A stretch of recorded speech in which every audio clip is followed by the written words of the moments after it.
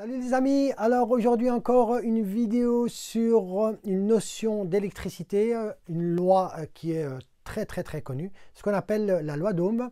Alors je vous invite à faire une simulation, nous allons faire une simulation de cette loi afin de bien la comprendre et de bien comprendre donc la formule qui en découle, et on fera un exemple chiffré juste après la simulation. Donc restez avec moi jusqu'à la fin et on se voit tout à l'heure.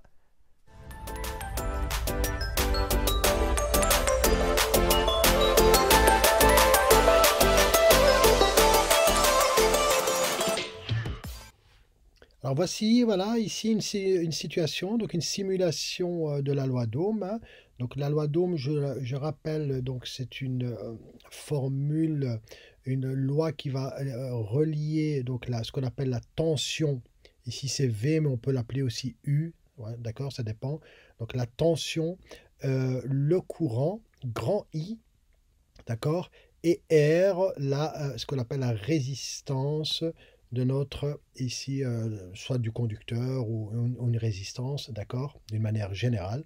Donc nous avons V est égal à I fois R. Ça, c'est la loi d'Ohm. Donc le V s'exprime en volts, la résistance en ohms, et I, l'intensité du courant, en ampères, grand A. Ici, on peut l'exprimer en milliampères si c'est des petits courants. D'accord? On peut l'exprimer en milliampères. Très bien. Alors, nous avons un petit circuit ici simple. Hein, d'accord? On a ici un conducteur, ici, d'accord, qui va représenter notre résistance. Ici, les flèches oranges correspondent à la circulation du courant. OK? Donc ça, c'est la circulation du courant, dont la valeur est affichée ici. Et ici, nous avons un petit générateur ou une pile, d'accord? Nous avons un certain voltage ici. Très bien. Alors, qu'est-ce qui va se passer si j'augmente, par exemple, le voltage? Qu'est-ce qu'on remarque? Que le courant a augmenté. Donc, à résistance égale. Hein. Donc, je n'ai pas touché à la résistance, d'accord? J'ai augmenté le voltage, d'accord? Et on remarque que le courant augmente. D'accord? Donc la tension et le courant sont deux grandeurs directement proportionnelles. Si le courant augmente, la tension va augmenter. Si la tension augmente, le courant augmente. D'accord? On voit bien qu'ici, le voltage augmente, le courant augmente. Très bien. Si j'augmente la résistance ici, qu'est-ce qui va se passer? Si j'augmente la résistance, je vais avoir le courant qui va diminuer. Ben oui, parce que le conducteur sera de plus en plus résistant, d'accord, si je l'augmente, et donc le courant va avoir du mal à traverser, et donc il va diminuer. Le courant va diminuer si j'augmente la résistance. Donc on voit bien. Hein. Et algébriquement, si vous isolez le courant, vous allez avoir I est égal à V sur R. Hein, d'accord? Donc le R va être au dénominateur.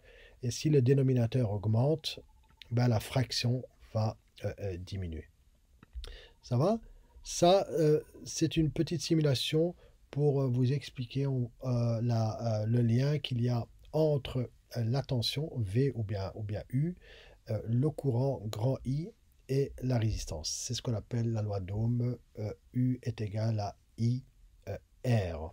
Donc la tension est directement proportionnelle au courant. D'accord? Ici, on peut le voir ici aussi avec un exemple.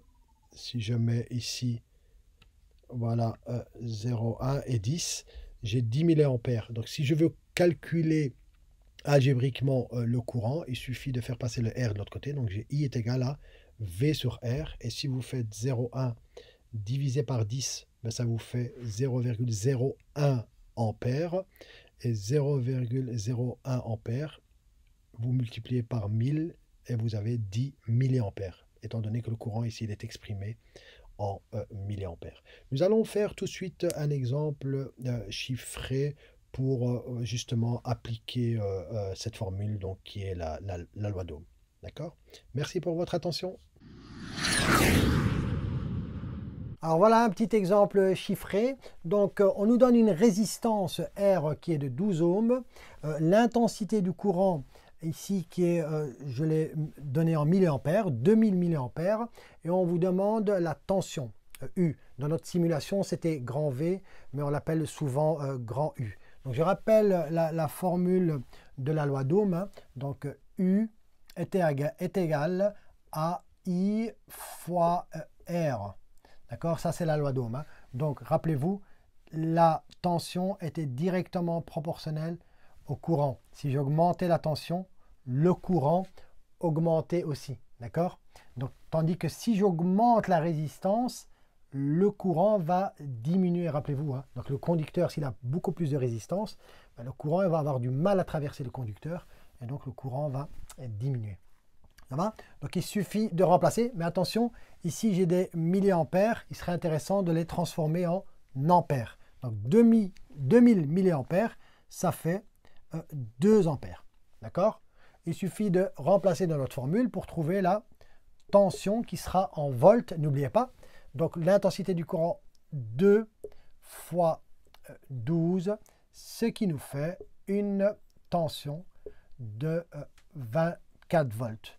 Donc on pourrait sous-entendre que ça nous fait voilà, une batterie de 24 volts ou 2 batteries qui sont connectées en série, 2 fois 12 volts. D'accord? Donc nous avons une tension ici de 24 volts. OK? Je vais prendre un deuxième exemple chiffré, juste pour bien appliquer cette formule de la loi d'Ohm. Voilà un deuxième exemple chiffré, voilà, très, très facile. Hein. Donc j'ai une tension de 12 volts, j'ai une intensité du courant de 5 ampères et on me demande la résistance. On me demande la résistance. Donc je vais appliquer la loi d'Ohm. U est égal à I fois R. OK, cette fois-ci l'inconnu, c'est la résistance. Donc R sera égal à U sur I. Rappelez-vous, hein, la résistance et le courant sont inversement proportionnels.